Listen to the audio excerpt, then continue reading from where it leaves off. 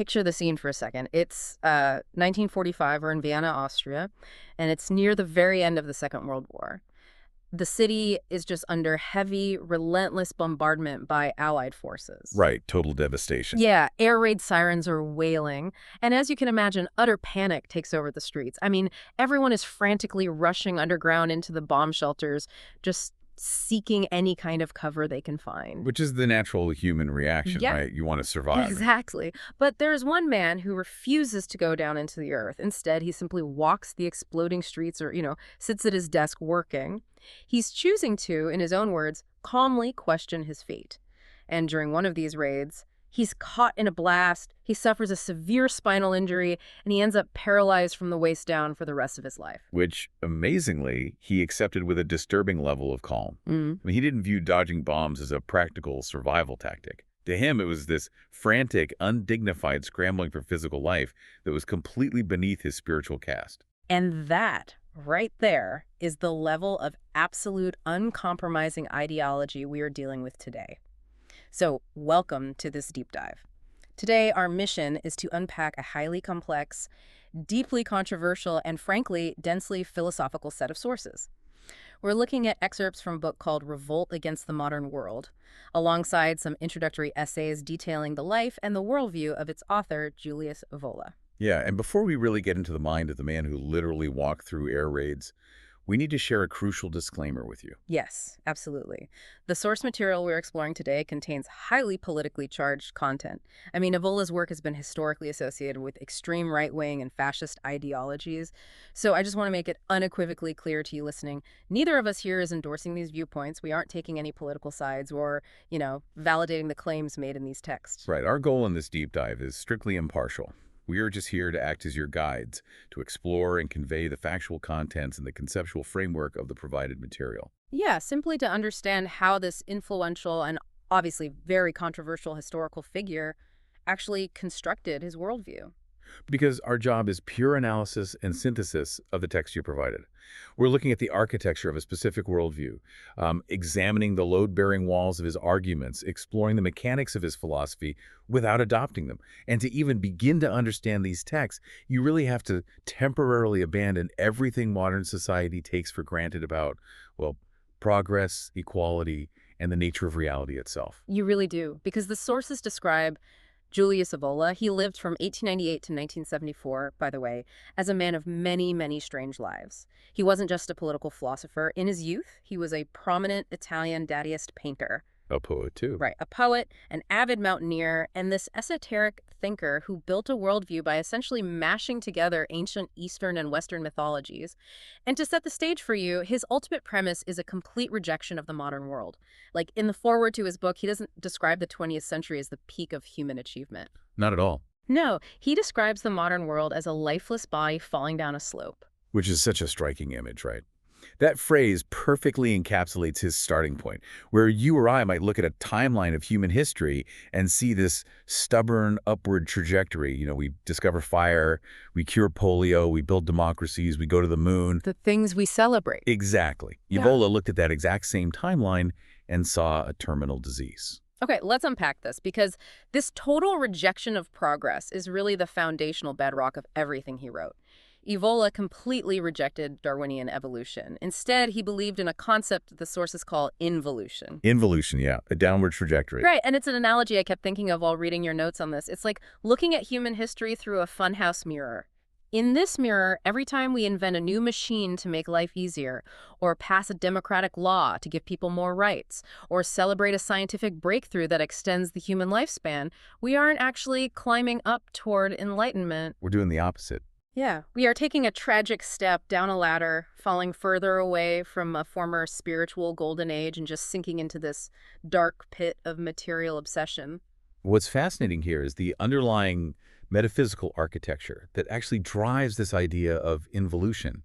Because he didn't just dislike technology, right? He built his philosophy on the doctrine of the two natures. The two natures, right. Evola insists that reality is split into two distinct, fundamentally unequal realms. At the bottom, you have the physical, tangible order of things, which he calls the realm of becoming. Okay. This is the world of biology, birth, death, matter, and just constant chaotic change. This is the world you and I interact with every single day. Yeah. But above that, there's the metaphysical, invisible order, which he calls the realm of being. And this realm is eternal, immortal, and completely unchanging. And his argument is that the modern world is entirely hopelessly obsessed with becoming. I mean, we only care about what we can touch, measure, and consume. We measure the success of a civilization by its GDP, its life expectancy, its material comforts. Exactly. Yeah. And Evola points out that modern science and modern historical methods are fundamentally flawed for this exact reason.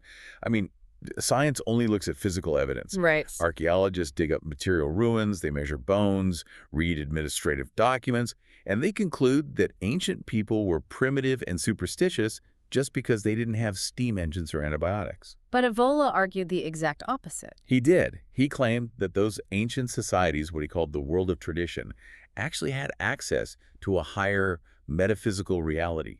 They weren't focused on inventing machines because they were focused on the realm of being. Which is wild to think about. And the text uses two mythological terms to describe this shift that kept popping up over and over, Uranian and Chthonic. And this really goes to the syncretic nature of his work, right? He's pulling from all these different mythologies to build a single theory. Yeah, he was a major proponent of perennial traditionalism, which is the idea that all ancient myths point back to one universal primordial truth. So Uranian comes from Uranus, the Greek personification of the starry heavens. For Evola, the Uranian principle represents divine origination, the above, the pure, the spiritual, and what he characterizes as a masculine principle of light, asceticism, and stability. Okay, and then opposed to that is the Chthonic. Right. Chthonic refers to the earth, the underworld, the soil, the material. And he characterized this as a feminine or maternal principle. So in his view, involution is the process of humanity shifting away from the Uranian focus on the heavens and transcendence and becoming entirely captured by the chthonic. Like, we became bound to the dirt, we became obsessed with physical well-being and just staying comfortable. That is the core mechanism of his historical timeline. He views democracy and consumerism as the ultimate triumph of the chthonic. It's the triumph of the masses, the physical body, and earthly desires over spiritual elevation. Okay, so if the modern world, with all its focus on democracy and material science, is just a decaying corpse rolling down a hill, what did a healthy society look like to him? I mean, how did he think society should actually be structured to maintain that Uranian connection? Well, this leads us directly to the pinnacle of his world of tradition, which is the concept of traditional regality. If the modern world is chaotic and earthly, the traditional world was rigidly hierarchical and constantly oriented toward the heavens. And at the absolute peak of this hierarchy was the king. But we have to discard our modern conception of a monarch here, don't we? Oh, entirely. Yeah. We aren't talking about a head of state passing laws or managing a budget. Right. The sources use the Latin term pontifex, which I found incredibly revealing. It literally translates to builder of bridges. Yes. In Evola's world of tradition, the king was the pontifex. He was a living, breathing bridge connecting the natural realm of becoming to the supernatural realm of being. Kingship wasn't about who had the biggest army or who was the smartest political strategist. In fact, secular intelligence, diplomatic cunning, and physical violence were considered entirely secondary. Sometimes they were seen as completely irrelevant to true authority. Okay, I have to push back on this a little bit, or at least play devil's advocate for the listener here, because my immediate thought was, how is this any different from the standard divine right of kings that we all learn about in high school European history? You know, Louis XIV saying, I am the state because God supposedly gave him the throne. It's a great question, but the text draws a very sharp, crucial distinction there. The divine right of those later European monarchs was often just a political endorsement, usually mediated by the Pope or the Church. Right. The monarch was still just a regular human being with a regular human soul, whom God had supposedly chosen to run the country. But for Evola, traditional kingship implied an ontological superiority. Meaning a literal difference in their actual state of being, like they weren't just a guy with a crown. Exactly. The king was seen as an incarnation of the divine. The text references Egyptian pharaohs as manifestations of the sun god Ra, and ancient Greek kings as direct descendants of Zeus. The true king possessed a palpable supernatural force. The sources called it something specific, right? Yeah, the Zoroastrian tradition, which Evola cites, called it vareno, or glory. This invisible, fiery aura was what actually commanded obedience. It wasn't the threat of prison that kept the empire in line. It was the spiritual gravity of the king. The symbol that really drove this home for me in the sources was the concept of the pole and the Chakravartin. And the Chakravartin is a Hindu concept meaning the spinner of the wheel, or the universal king. The true king is the hub of the wheel. He is the North Star. He is the unmoved mover. Yeah, think about the mechanics of a wheel. The rim is always moving, spinning through the dirt, covering ground. That rim represents the rest of society, the merchants, the farmers, the soldiers, all spinning in the chaotic world of action and daily life.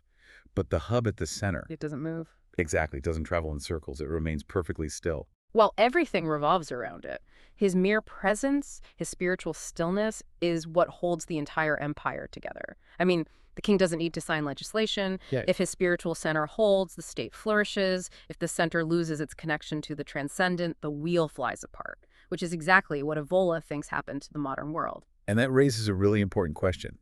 If the king is this divine, unmoved hub at the top who is on the rim, how did Evola view the rest of humanity? This brings us to his highly controversial, deeply rigid takes on caste, the aristocracy, and the human soul itself. Yeah, because in this worldview, equality is not just a logistical impossibility. It's considered a destructive, chthonic myth. Evola believed in a strict hierarchy, but he defines his patriciate, his aristocracy, in a way that actively conflicts with a lot of 20th century political thought. He explicitly says this hierarchy was not originally based on biological DNA, physical race, or hoarded wealth. Right. The text heavily contrasts Evola's views with 19th century scientific racism and social Darwinism. Evola argued for a spiritual race. It was about a person's inner orientation, their character, their asceticism, and their participation in sacred rites. So you couldn't buy your way in. Now, you couldn't buy your way into this aristocracy with merchant wealth. And it wasn't just about who your parents were in a purely genetic sense. It was about whether your soul possessed that Uranian heavenly quality. Okay, here's where it gets really interesting, though, because this hierarchical view didn't stop at politics or social class. It extended all the way into the afterlife. And the analogy that kept coming to mind while reading this part of the source material was that in Evola's universe, immortality is not a universal human right. It is an exclusive, highly restricted VIP club. That is exactly the way his cosmology functions. I mean, modern democratic religions often democratize the afterlife, right? Yeah. Everyone gets an immortal soul, and everyone goes to heaven or hell based on their moral choices or their faith. But Evola completely rejects this. Completely. The sources detail his belief in the two paths in the afterlife. He argued that ordinary people do not possess an immortal soul by default. Wait, so what happens to them? The ordinary person who lives a purely material, earthly life, working, eating, sleeping, reproducing, they take the path of the ancestors. Right. This is a lunar path.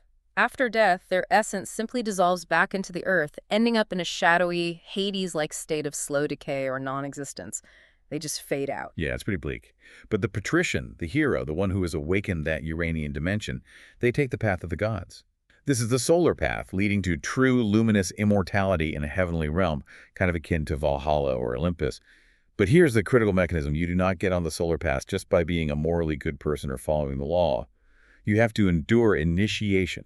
Initiation is basically the bouncer at the door of this VIP club, and the sources make it clear that it is a brutal crucible. The text references ancient practices like the Eleusinian mysteries in Greece. Initiation was viewed as a terrifying ordeal. It wasn't some pleasant ceremony. It often involved symbolic death, extreme isolation, sensory deprivation, and just facing sheer terror. It was a process of actively, forcefully shedding your mortal human condition. The sources use the metaphor of crossing a dark, violent river. You leave your human personality, your fears, and your earthly attachments on one shore, and you climb up the other side, having claimed a transcendent, godlike nature. Only by surviving this intense spiritual trial do you secure immortality. So we have this incredibly intense mythical framework, a world of divine kings radiating supernatural glory, a rigid spiritual hierarchy that dictates whether you even get an afterlife, and a total disdain for material comfort.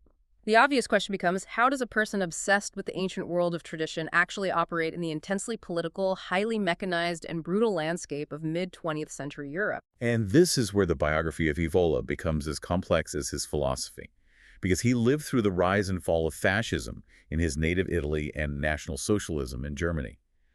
And his relationship with these totalitarian regimes was deeply, deeply frictional.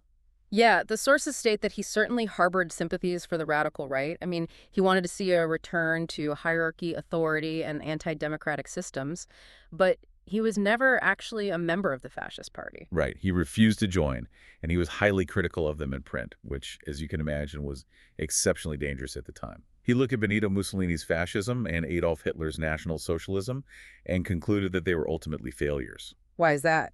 Because to Evola, they lacked any true spiritual root. He viewed them as plebeian movements. Meaning they were driven by the masses, they were populist, they relied on demagogues shouting at crowds, bureaucratic administrators, and secret police, rather than a true, spiritually awakened aristocratic caste. Exactly. And Evola specifically criticized the German obsession with biological racism. He publicly called it a scientific misunderstanding and dismissed it as a product of the pseudo-intellectual bourgeoisie. Wow. Yeah, in his framework, judging a person's worth purely by their physical biology or skull measurements was like judging a horse or a dog. It was a purely colonic, materialist obsession that completely ignored the race of the spirit, which he valued above all else. I found the reaction from the regimes in the text totally fascinating, because you might assume these extreme right-wing governments would embrace an extreme right-wing philosopher, but totalitarian dictatorships demand absolute conformity. Evola's weird spiritual critiques made him highly suspicious to them. The sources reveal that the German SS actually kept a detailed dossier on him. They did. And the SS dossier referred to him dismissively as a reactionary Roman. They investigated his ideas and concluded that his plans for a traditional spiritual empire were utopian and impractical. The dossier actively recommended that he be given no state support and that steps be taken to prevent him from having any public effectiveness or influence in Germany. They saw him as an ideological threat, a relic trying to resurrect an ancient, invisible aristocracy that had absolutely no place in their modern, industrialized war machine. Which brings us right back to that striking biographical detail from the very beginning of our deep dive. The air raids in Vienna in 1945. Right. And if we connect his behavior during those bombings to the bigger picture of his philosophy, it also only makes a chilling kind of sense. Evola categorized himself as a member of the Karaya, the ancient Hindu warrior caste. For him, the only thing of primary importance was the above. He believed he existed entirely outside the accepted political spectrum of his time. He was, in his own mind, heedless of praise or blame from fascist dictators or democratic leaders alike. Completely detached. Yeah, completely detached from the material consequences of his actions, choosing to be paralyzed by a bomb rather than compromise his spiritual stance by hiding in a hole in the earth. It is the ultimate, terrifying manifestation of his own philosophy. Just a total, unwavering adherence to an absolute principle, regardless of the physical cost. So what does this all mean for us, reading him decades later? Let's pull back and recap the journey we've taken today through these sources.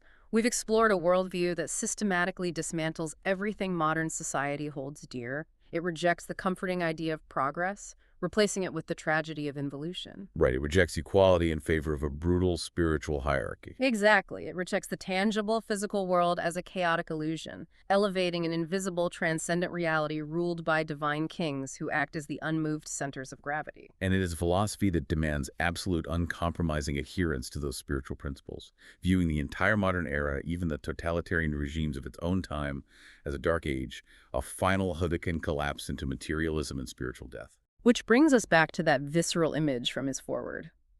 The modern world as a lifeless body falling down a slope. Evola firmly believed that without a connection to the transcendent, a civilization doesn't just change, it dies. It becomes a corpse, animated only by mechanics, bureaucracy, and consumerism. It is a profoundly dark diagnosis of modernity. But, engaging with these texts forces us to look closely at our own foundational assumptions about what makes a society successful. It really does. Whether you completely reject his premise as dangerously archaic or find a strange, unsettling poetry in his singular focus on the spiritual, the sources we've unpacked today force a mirror up to our present day. It leaves us with a provocative question to mull over long after this discussion ends.